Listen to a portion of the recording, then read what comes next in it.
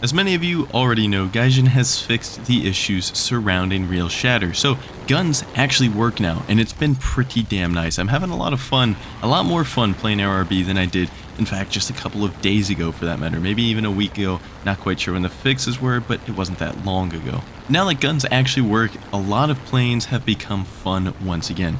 A lot of things just weren't interesting or weren't fun because the guns were just too miserable to play, getting kills was too annoying, and honestly, a lot of those planes were including props.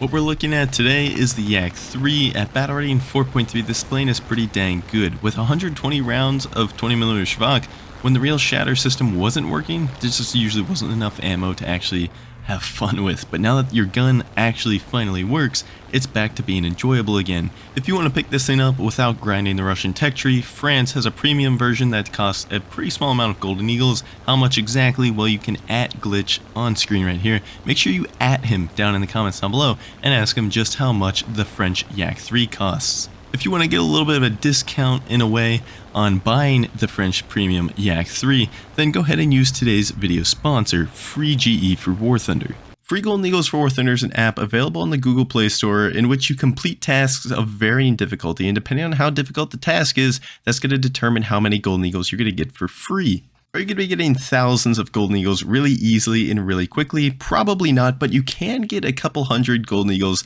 at a time relatively simply, and I'd recommend taking those and buying a low tier SL grinder or maybe a day of premium for a weekend grind session. Download the app using the link in the description down below and use my code on screen for 10 extra Golden Eagles.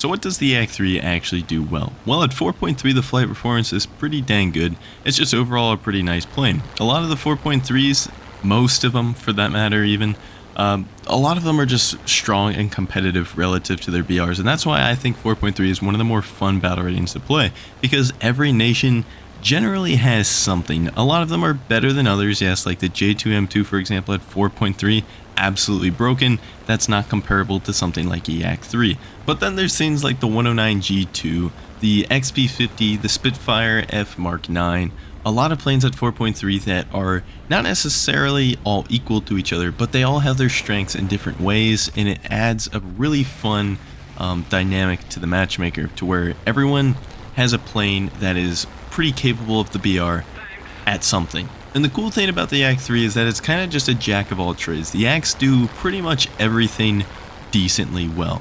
The one big drawback to the Yak 3 is that the airframe is pretty weak as far as rip speeds. The plane rips very quickly, somewhere in the higher 600 IAS is when your wings are going to detach, and that's pretty annoying when you're trying to follow people into dives, when you're trying to pick up some energy to go back into verticals and whatnot. You do have to be mindful of that rip speed, but other than that, this plane is pretty phenomenal. You get really good acceleration, it's got a strong engine, you get pretty good climb rate, can turn pretty well.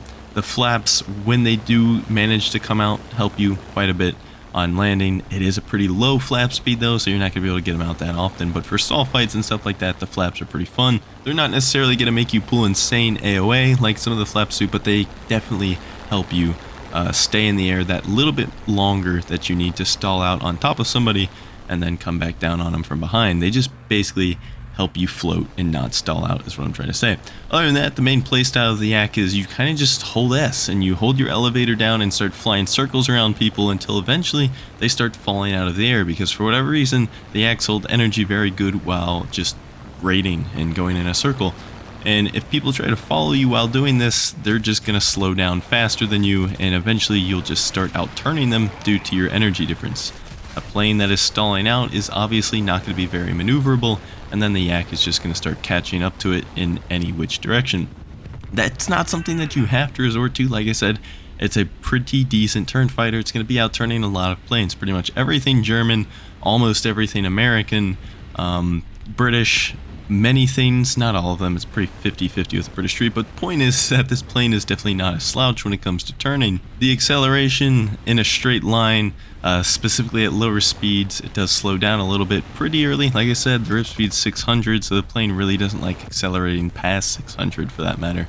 But Before that point, it accelerates pretty fast, so you can build up a lot of energy to get into a dogfight with, and then you can, of course, do what I was talking about earlier, where you just kind of hold S and wait for everybody to run out of energy. Unfortunately, a lot of the gameplay of this video isn't going to be stellar at showcasing what the Yak is good at, because, to be honest with you guys, I really don't get very interesting fights that really are any kind of challenge, and I don't mean that in like an arrogant, egotistical way. I'm just saying, like, the dynamic of ARB is very much a lot of people are fighting each other at once. You very rarely get into any kind of 1 versus 1 situation, and if you figure out how to kind of manipulate that to your advantage, you can usually just pick people off that aren't even fighting you, and that's pretty much just how you win ARB, is who's good at picking off people when they're not paying attention to you, when they're vulnerable to you, and stuff like that. The dogfights aren't that common these days, the 1v1s, and as such, it's kind of difficult to showcase a plane sometimes. If you're not 1 versus 1ing another strong aircraft and being able to exploit its weaknesses,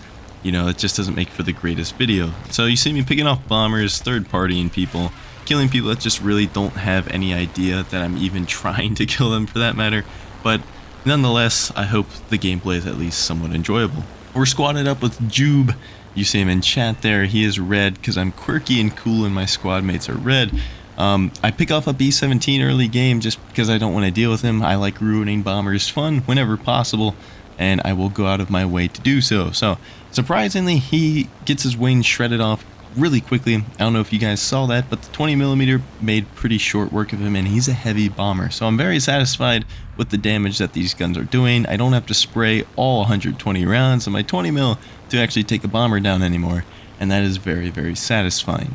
I'm kind of in a shallow climb right now because, honestly, I don't really care to be up at really high altitude. Most of the combat is going to happen at down a little bit lower altitude, so I'd like to have more airspeed than I would altitude, if that makes sense. I'm not trying to do a really steep angle of climb. I'm kind of just being really aggressive, getting to the enemy team fairly early on, and seeing who I can catch on lower speed and lower altitude than me. The Yak 3, well, most of the Yaks for that matter, perform a lot better at low altitude as far as engine performance than a lot of the other planes. So you can see this A6M2. I know that the Zero does not stall out. This thing will hang in the air forever and point its nose at you forever, but even the Zero has limitations, and I did read that going into the fight. I saw how slow he was going, how much more energy I had, so I do stick it vertical anyways, knowing that he's just not going to be able to hang in the air for long enough, come back down around on him, get the flaps out, and now he is out of the match. I would like to note that that only worked because I went into that spiral with 450 kilometers an hour of speed, as well as he was about 600 to 800 meters below me on top of that, and he was not going anywhere near as fast as I was. So if you do something like that to a Zero, you have to make sure that you have a relatively large energy advantage. Otherwise, he's just going to keep following you, and while you may be outrunning him in the vertical, he's not going to stall out. You're both going to get very slow, and since he's behind you, if he's got a good aim, he can actually kill you despite being, 0.8 away and losing on you. And it's just the fact that the Zero doesn't stall out. So be careful when you do something like that. Make sure you have the altitude, make sure you have the speed, because if you don't, you're probably just better off flying away from the guy and coming back later. The team is making pretty good work of the enemy team. Jube is even cleaning up a 109 up there, so I'm just going to go for whoever's left, and that's a P-47 D-22. Not a fantastic aircraft by any means, especially so against the Yak 3. Pretty much all he's going to be able to do to me is run away. And I'm just hoping that he doesn't decide to do that. So I am going to take a head-on if he presents it to me, because I'm thinking in my head this is probably going to be one of the only shots I get to take at him, because he's P-47. He thinks he's extremely fast, and well, he kind of is. And if he exploits that and decides to just run away for the rest of the game, I'm never going to get to shoot at him. Unfortunately, he doesn't end up taking the head-on. He does actually end up diving away, but thankfully, I've got some other relatively fast planes on my team. You can see here I'm trying not to rip my wings, so I'm unable to follow that P-47 in a dive. Very annoying and a common occurrence as a Yak player, but it's just something you have to do. And now it's like, it's pretty much over. He's got so many people on his 6. He's losing speed, trying to evade all of those shots, and he's going to die any second now. There he goes. Jube cleans him up. But still, there's like 4 or 5 enemies left on the other team, and we don't see any of them. So that's a little bit suspicious. So I start flying toward the enemy airfield. At this point, I'm thinking it's a little bit quiet for just how many people are left alive on the enemy team. So I'm going to check my surroundings, and there we have it. There's a Focke-Wulf that is still up at altitude, even though he kind of just watched his entire team get wiped. I don't know what his plans are here, but hey, as long as you have altitude, I guess you have some kind of advantage. The problem is if you let your entire team die while you're trying to get that altitude advantage, it's pretty much meaningless. So to people that side climb for the entire match, to people that play a little bit too passively and then blame their team for being dead, well, you probably more often than not actually just need to be a little bit more aggressive and try to save your teammates and work together. Trying to provoke him a little bit in chat to get him to dive down, because I'm obviously just not going to be able to get to him when he's that much higher than me. He kind of turns around, which is fantastic because he bled a little bit of speed, but he didn't bleed enough. I'm going to slowly start continuing up after him though, because if he does want to come down on me, I should be able to pull in for an angle before he can turn his nose all the way down around at me, and as long as I just aim better, I'd kill him first. But instead, he tries to run away again, flies in a straight line. We get the 0.9 kilometer snipe, and then we thank the snail in our heads for finally fixing cannons, because that shot would certainly never have happened before the real shatter fixes. Last up here, we have a BF-110 G2 and a P-47. The BF-110's closer, so I'm going to go for him, and then Jube is going to break off and go after the P-47. The 110 G2 is not a problem for the Act-3 at all. He really can't do anything to my plane. His only chance would be try to make a speed differential to a point where he can kind of slow down enough to be inside my turn circle. Granted, he won't be turning better than me. I'd just be shooting out in front of him, but that's pretty much the only choice he'd have. Of course, I'm not going to let that happen, so we get a little crit into him.